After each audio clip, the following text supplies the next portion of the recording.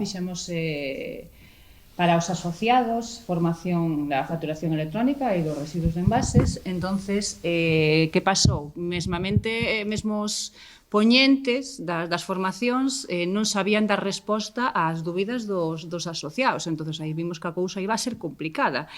E unha vez rematadas as formacións, a maior parte dos asociados dixeron que entre a produción e o que xa tiñan, obviamente non lle sarían as horas dos días para facer máis cousas. Ese malestar empezouse a xerar, agora unha vez que vamos a repetir incluso as formacións, pero moitos abandonaron incluso as sesións dicindo que así que non podían seguir producindo. Entón, foi aí cando decidimos dar un pouco voz a este malestar dos pequenos que vimos en canto á información sobre toda aquela normativa que tiñan que cumprir e como cumprira. Insisto, incluso os poñentes non sabían dar resposta á maior parte das dúbidas que tiñan que consultar aos organismos pertinentes, dos cales aínda non recibiron tampouco a solución a estas consultas.